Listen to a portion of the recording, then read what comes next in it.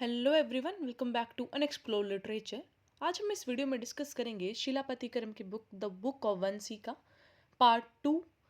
जिसने part first नहीं देखा है तो प्लीज़ वॉच दैट इसको देखने से पहले, ताकि आप इन चीज़ों को लिंक कर पाएँ और फिर आपको अच्छे से समझ भी आ पाएगा। तो इसमें भी हम पूरा जो एनालिसिस है वो करेंगे कैंटो वाइज। एक्सपेक्टेड क्वेश्चंस इसमें भी नहीं आ पाएंगे, क्योंकि बस वीडियो बहुत बड़ा हो जाता है, तो उसके लिए एक अलग ही वीडियो बनाना पड़ेगा एक्सपेक्टेड क्वेश्चंस के लिए, और छोटा मोटा बैकग्राउंड उसमें आ जाएगा। फिर मैंने पहले भी बोला था कि अक्कम और जो पुरम वाला पोइट्री है उसके लिए भी मैं अलग से बना दूंगी एक, क्योंकि ये बहुत ज़्यादा इंपॉर्टेंट टॉपिक है। तो अगर बीच में ये वर्ड्स आते हैं अक्कम पुरम पोइट्री थीनाइज ये सब चीज़ें, तो उसको थोड़ा इग्नोर करो। विल डिस्कस दैट लेटर एक दूसरी वीडियो के अंदर। और इस वीडियो का लाइक टारगेट भी 500 है, तो प्लीज़ अपना फीडबैक देना ना भूलें लास्ट में। अगर अच्छा लगता है तो डू लाइक इट, अच्छा नहीं लगता तो डिसलाइक करो, बट फीडबैक ज़रूर दे के जाओ। ठीक है, just do that and you can also tell me कि क्या इंप्रूवमेंट्स की ज़रूरत है। तो ये चीज़ें बहुत इंपॉर्टेंट होती हैं फॉर मी टू इम्प्रूव। ठीक है, ये चीज़ था। तो अब without wasting much of your time let's start the video. सबसे पहले डिस्कस करते हैं बेनेडिक्शन को। जैसे जो वो था ना अपना यूरोपियन क्लासिकल लिटरेचर, उसमें हम म्यूजिस को इवॉक कर रहे थे कि हम भगवान का इंटरवेंशन मांग रहे हैं, डिवाइन इंटरवेंशन, कि आप हमें क्या करें, ऐसा पावर दीजिए ताकि हम पूरा एपिक लिख सकें। उसी तरीके से जो इंडियन क्लासिकल लिटरेचर होता है उसके अंदर बेनेडिक्शन होता है। यहाँ पे भी हम भगवान को ही, जैसे मैंने उसमें बताया था कि गणेशा की हम पूजा करते हैं हर कोई भी हम शुभ काम करने जा रहे हैं उससे पहले, तो उसी तरीके से हम यहाँ पे भी भगवान को याद कर रहे हैं कि भाई ये हम जो लिखने जा रहे हैं उसमें आप हमारी हेल्प करो। तो ये जो बेनेडिक्शन है वो लास्ट सॉन्ग साइकिल है इस एपिक का। इसके अंदर 29 स्टेंजाज हैं। जो पहला स्टेंजा है वो नरेट करता है family history of that Chera king जिसका नाम था चिनकुत्तिवम। तो जो स्टेंजा है वो ख़त्म होता है तिवंती, जो कि कन्नगीज फोस्टर मदर थी। तो कन्नगी की क्लोज फ्रेंड भी थी ये। फिर है अय्या, जो डॉटर थी किसकी, मैत्री की। ठीक है, फिर वो जर्नी कर रही है टूवर्ड्स चेरा किंग के पैलेस की तरफ, जो कि वांसी में है। ठीक है, ये बात थी स्टार्टिंग की लाइन में। फिर जो स्टेंजा 2 3 4 हैं वो बात करते हैं मोनोलॉग की, कि जो तेवंती है फोस्टर मदर कन्नगी की, वो एक मोनोलॉग देती है जहाँ पे वो बताती है कि उसका क्या एक क्लोज रिलेशन है कन्नगी के साथ। तो यहाँ पे वो इंट्रोड्यूस भी करती है अपने आप को चेरा किंग के सामने, कि मैं ना कन्नगी की दोस्त हूँ। और जो स्टेंजा 3 है उसमें वो अपने आप को as a foster mother introduce करती है, कि मैं उसकी इतनी अच्छी माँ हूँ कि वो मुझे अपना क्लोज़ फ्रेंड मानती है।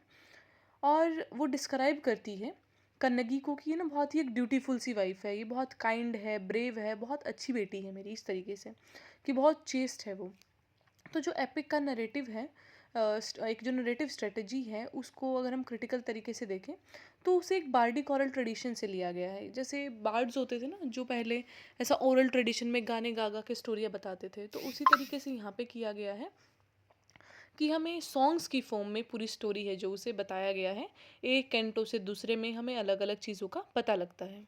फिर आगे बताया गया है कि जो एपिक है ना वो एलिमेंट्स ऑफ चांस और फेट भी यूज़ करती है, कि कैसे अलग अलग फेट रहा लोगों का, क्या उनके ज़िंदगी में घटनाएं घटी। जैसे कि जो एग्जाम्पल के तौर पे जो तिवंती है, कैंटो 9th में बुक 1 के अंदर बताती है कि पूरा वो कैसे एक विटनेस या फिर एक ऑथोराइजिंग एक एजेंसी का रोल प्ले कर रही है। फिर वो कैसे मैरी करा उसने, और ये सारी चीज़ें हैं जो मतलब जो लोगों की लाइफ के बारे में है, वो हमें इस एपिक के अंदर मिलता है। ठीक है, and it is for the first time जब हम देखते हैं कि एक एपिक के अंदर हमें एक थियोलॉजिकल और फिलोसफिकल कॉन्टेक्स्ट मिल रहा है, जो कि मैजिको रिलीजियस बिलीफ सिस्टम से आता है। इन शॉर्ट कि हमें यहाँ पे क्या मिल रहे हैं, थोड़ा सा रिलीजन का एस्पेक्ट मिल रहा है, फिलॉसफी का एस्पेक्ट मिल रहा है। तो इसको हम क्या बोलेंगे, मैजिको रिलीजियस बिलीफ सिस्टम। जहाँ पे मैजिक के एलिमेंट हो, रिलीजन के एलिमेंट हो, उसे बोलते हैं मैजिको रिलीजियस बिलीफ सिस्टम। इस कॉन्टेक्स्ट में जो तिवंती है वो बहुत ही चेस्ट वुमेन है, और अपने आप को जो दिखाती है वो लेजिटिमाइज करती है कि ना जो कन्नगी है एज गॉडेस पत्नी। ठीक है, तो उसको बताती है कि ये जो एक नरेटिव स्ट्रेटजी है ना बताने का उस चीज़ को। तो देखो अब क्या हो रहा है यहाँ पे, थोड़ा सा कंफ्यूजिंग लगेगा आपको कि एक नैरेटिव में से दूसरा नैरेटिव निकल के आ रहा है। अगर आप लाइन वाइज पढ़ेंगे तो थोड़ा ना भी क्लियर हो, लेकिन आपको पता लगता है यहाँ पे कि जो तिवंती है वो क्या बता रही है, कि जो मेरी बेटी है ना कन्नगी, वो बहुत ही एक प्योर सी वुमेन है, वो चेस्ट है, वो गॉडेस पत्नी है। तो पूरा जो नैरेटिव है या फिर जो उसकी इमेज है गॉडेस पत्नी की, उसको लेजिटिमाइज़ कर रही है यहाँ पे। यहाँ पे बिल्कुल ऐसा बता रही है कि इसके इतने अच्छे-अच्छे कर्म हैं, इसको तो गॉडेस बनना ही था, कुछ इस तरीके से, ठीक है? बताते हैं ना कि हाँ यार, ये तो आदमी बहुत महान है। तो इस तरीके से वो बता रही है, किसके बारे में? कन्नगी की ये कन्नगी है जो हमारी, उसके बारे में बता रही है कि ये गॉडेस अब जो पत्नी बन चुकी है। फिर जो अगले स्टेंजा है 5, 6, 7, उसमें सौरव दिखाया गया है, तेवंती का, जो कि फॉस्टर मदर और क्लोज फ्रेंड है कन्नगी की। तो कन्नगी के मेमोरियल स्टोन के आगे, अब देखो वो तो माँ है, तो उसको तो दुख भी हुआ है कि मतलब उसकी बेटी का ऐसे ब्रेस्ट उसने बिल्कुल मतलब काट दिया था, देन उसको इतना पेन सहना पड़ा, तो उसको इस चीज़ का दुख भी हो रहा है। वो इस चीज़ से खुश है कि वो मेमोरियल स्टोन पे है, लेकिन उसको देख के उसे रोना आ गया। तो Devanthi cries that the mother in law and mother of Kannagi died of grief, कि जो रियल मदर है कन्नगी की और जो उनकी सास है, वो मर गई just because of this grief, कि वो नहीं देख पाई इतना पेन अपने बेटे का और अपनी बहू का। फिर जो स्टेंजा 8, 9, 10 है, वो कंटिन्यू करता है अबाउट दिस लेमेंटेशन, कि वो अपना दुख जता रही हैं। स्टेंजा 8 में जो अय्या है, डॉटर ऑफ मैत्री, मैत्री कौन थी? जिसके पास वो लोग रह रहे थे मदुरई में, ये कन्नगी और कोवलन, ठीक है? तो वो भी दिखाई गई है। तो वो भी मेमोरियल स्टोन को देख रही है यहाँ पे। फिर जो हमारे आगे वाले स्टेंजाज हैं, उनमें प्रेज और ब्लेसिंग्स दिखाई गई हैं लोगों की, जो कि किंग ऑफ पुआर, चोला, मदुरई और ये सारे जो किंगडम्स हैं, वो क्या कर रहे हैं? गॉडेस पत्नी की ब्लेसिंग्स ले रहे हैं कि भाई आप हमें आशीर्वाद दीजिए, आप इतनी प्योर चेस्ट महिला थी, आपका हमने स्टैचू बना दिया, अब हम क्या करेंगे? आपकी पूजा करेंगे। तो देखो कितना आयरनिकल सा लगता है मुझे तो ये टेक्स्ट, कि आप एक आदमी को जस्टिस नहीं दे पाए, फिर उस औरत ने, ये लगा लो, खुद को सेक्रीफाइस ही कर दिया। अब तुम उसकी मूर्तियां बना बना के उसकी पूजा कर रहे हो, उसको क्या दे रहे हो? एक रिस्पेक्ट दे रहे हो, ठीक है? अब एपिक है तो what can I comment on it, लेकिन जो भी है, मतलब मुझे बहुत आयरनिकल लग रही हैं ये चीज़ें, कि जीते जी तो कुछ है नहीं और फिर तुम उसका ऐसा पूरा मंदिर वंदिर बना के उसकी पूजा कर रहे हो, तो it's out of the box. फिर जो अपना नेक्स्ट कैंटो है, कैंटो नंबर 30, उसमें बात की गई है एक फेवर की। तो इसके अंदर 215 लाइन्स हैं, 1 से लेके 36 जो लाइन्स है वो बात करती हैं कॉन्वर्सेशन की, जो कि होता है तेवंती और ये जो चेरा का किंग है उसके बीच। तो ये जो चेरा का किंग है, चेनकुत्तवन, ये पूछता है तेवंती से कि हमें बताइए ना आपकी जो डॉटर है, the story of the daughter of courtesan Madhavi की, मतलब ये है कॉटिशन है माधवी, उसकी स्टोरी बताइए। तो जो ये बताने लग जाती है कि जो चित्रपति है, वो मदर थी माधवी की। जब माधवी ने एक लड़की को जन्म दिया जिसका नाम था मणिमेकलाई, तो जो चित्रापति थी, उन्होंने माधवी से पूछा कि what do you have in mind, कि तुम्हारे दिमाग में है क्या? तो फिर अगली जो लाइन्स हैं 37 से 68, उसमें जो तेवंती है, वो एक अलग ही फेम स्माइल और उसकी मतलब गुस्से में हो जाती है वो बिल्कुल, आंखें लाल, और फिर ऐसा खड़ी है, वो रौद्र रस वाला फीलिंग आया यहाँ पे। तो एक बार वो रसा वाला भी वीडियो देख लेना, ठीक है? वो आपके जो अभिज्ञानम शकुंतलम है उसमें भी, और हाँ, उसके लिए ही ज़्यादा इम्पोर्टेंट है वो, ठीक है? तो फिर यहाँ पे जो ये है तेवंते गई, इसकी जो आवाज़ है वो बिल्कुल चेंज हो जाती है एंड शी इज़ लाइक कि बहुत गुस्से में। तो the girl who has accompanied Devanthi are the daughters of अरंतन शेती, द लिटिल डॉटर्स ऑफ चिकंतपुई। तो फिर जो इसके साथ जो डॉटर्स आई थी, जो लड़कियां आई थी, वो कौन थी? ये डॉटर थी इसकी, जो भी ये नाम दे रखा है, चितकुंतुम्पी, पता नहीं क्या तमिल के नाम से, like I literally don't know how to pronounce it, तो please bear with me with this names, ठीक है? फिर जो आगे की लाइन से 69 से 114, वहाँ पे जो ब्राह्मण है मत्तलन, वो पानी छिड़कता है इन गर्ल्स के ऊपर, ऐसा so that they can remember there past life. तो जो तीनों लड़कियां हैं अपनी पास्ट लाइफ के बारे में बताती हैं कि वो कन्नगी की मम्मी थी, और दूसरी कोवलन की मम्मी थी, और तीसरी मैत्री, ठीक है?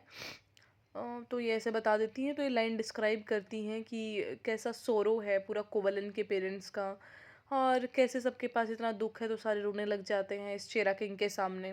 तो पूरा लेमेंटेशन वाला सीन चल रहा है यहाँ पे, ठीक है?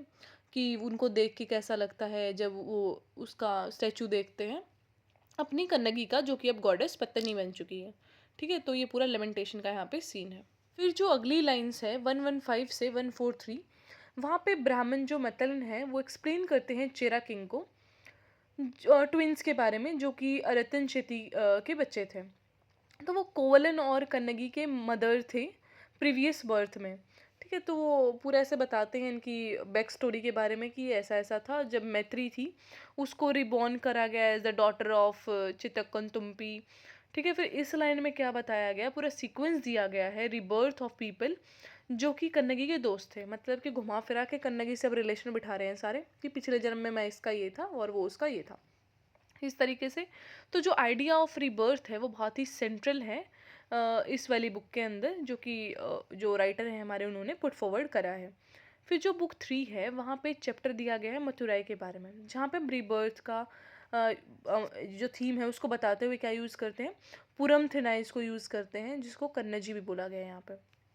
फिर आती है बात अगली लाइंस की, 144 से 198 तक। तो जो चेरा किंग है वो परमिशन देते हैं कि ना टेम्पल बना दो पत्नी का।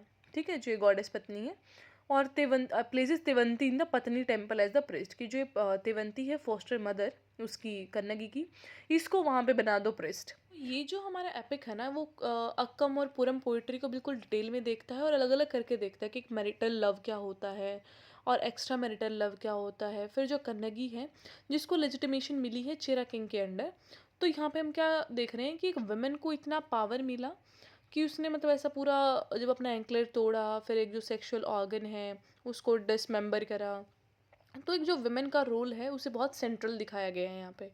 तो चेरा किंग है, फिर बात करता है नदन किंग से जिसको उसने फ्री कर दिया था, फिर कॉन्कू रूलर्स ऑफ वेस्ट से, किंग ऑफ मालवा से, किंग ऑफ श्रीलंका से। एंड ये जो सारे किंग हैं वो इकट्ठे आते हैं और तारीफ़ करते हैं गॉडेस पत्नी की कि यार कितनी धन्य ये औरत थी जिसने अपने पति के लिए इतना सेक्रीफाइस कर दिया। तो मतलब उसका सारे जो राजा हैं वो मिलके क्या करते हैं, पूरा ऐसे सम्मान आदर वाला फीलिंग है जो वो लेके आता है। नेक्स्ट लाइन्स हैं 169 से 198।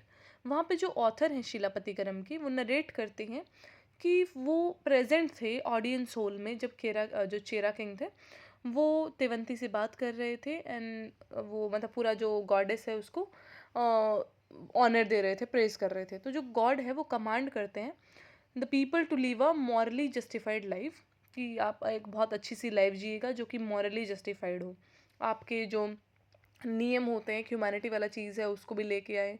मीट मीट आपको नहीं खाना है, अच्छी कंपनी आपको रखनी है, बैड कंपनी का बिल्कुल भी सहारा नहीं लेना, फॉल्सहुड, ये जो धोखा है इन ऑल, इनमें भरोसा नहीं करना आपको। तो यहाँ पे यही चीज़ दिखाई गई है कि कैसे वो सेक्रीफाइस स्टोन को यूज़ किया गया है एज अ वुमेन की अथॉरिटी।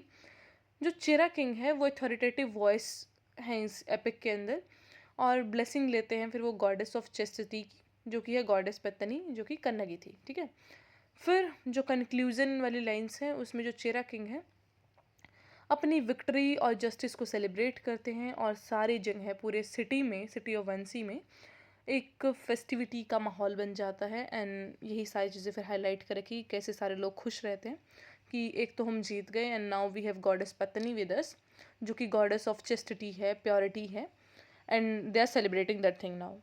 फिर आता है एपीलोग। एपीलोग क्या होता है, जब हम किसी टेक्स्ट के लास्ट में कुछ लिखते हैं ना ऐसा इसके बारे में कि फिर ये हुआ कुछ इस टाइप से, तो वो जस्टिफिकेशन सा होता है लास्ट में। तो जो एपीलोग है शिलापतिकरम का, उसे लिखा इसी नहीं है, इसके राइटर ने इलेंगो एदिगल ने, जिसके अंदर 14 लाइन्स हैं। इसको 3 पार्ट्स में डिवाइड किया गया है, 3 बुक्स कह लो, 3 चैप्टर, और हर एक जो पार्ट है उसको एसोशिएट किया गया है पर्टिकुलर किंगडम में। मतलब वो पूरा ना समरी सा देता है टेक्स्ट की। तो जो बुक 1 है वो बुक ऑफ ये चैप्टर ऑफ पुहार है, या फिर बुक ऑफ पुहार बोल लो। बुक सेकंड है वो है बुक ऑफ मदुराई, और जो थर्ड है वो है बुक ऑफ वंसी। तो जो पर्पस है एपिलोग का, एक एपिक के अंदर, वो क्या होता है, कंक्लूजन प्रोवाइड करना है टेक्स्ट को कि भाई इतना हो गया, ये स्टोरी थी, अब इसका कंक्लूजन है ये।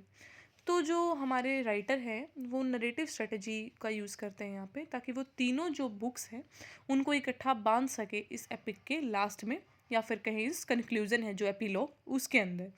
तो नरेटिव टेक्निक का यूज़ करते हैं। तो ये जो सारी लाइंस हैं हमारी एपिलॉग की, वो डेडिकेटेड हैं जो शिलापतिकरम है उसकी स्टोरी को, जो कि कंक्लूड करती हैं इसे।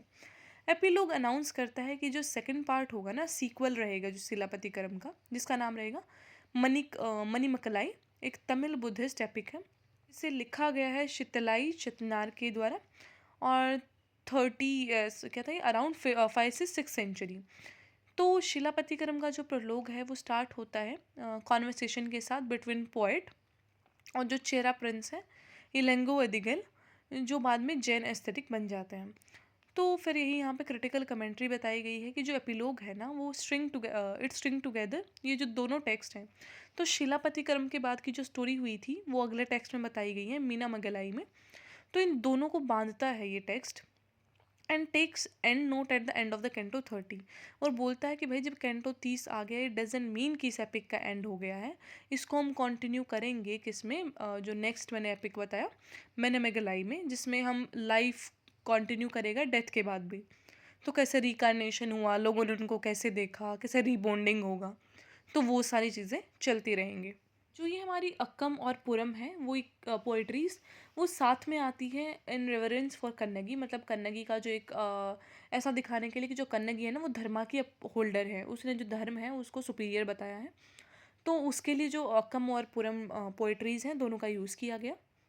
सोसाइटल जो फैब्रिक है संगम पीरियड का उसको भी दिखाया गया है। फिर जो जो एक नरेटिंग टेक्निक है फॉल ऑफ मदुराई और ये सारी चीज़ें, इनको एक थियोलॉजिकल और फिलोसफिकल आइडिया के थ्रू दिखाया गया है। फिर बताया गया कि कैसे रिलीजन पॉलिटिकल कल्चरल स्कूल कैसे चलते थे साउथ इंडिया के अंदर।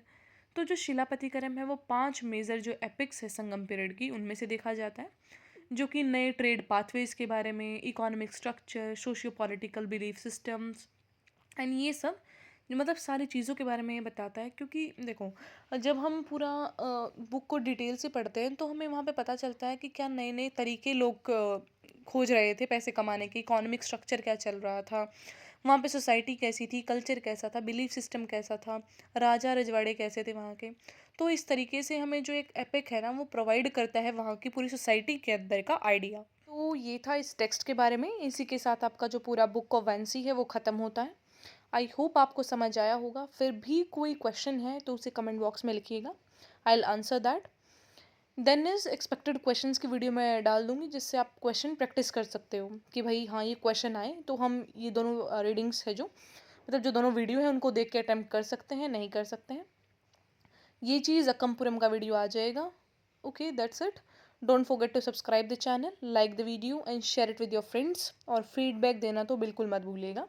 I'll meet you in the next video. Till then, take care, stay happy, stay healthy. Bye bye.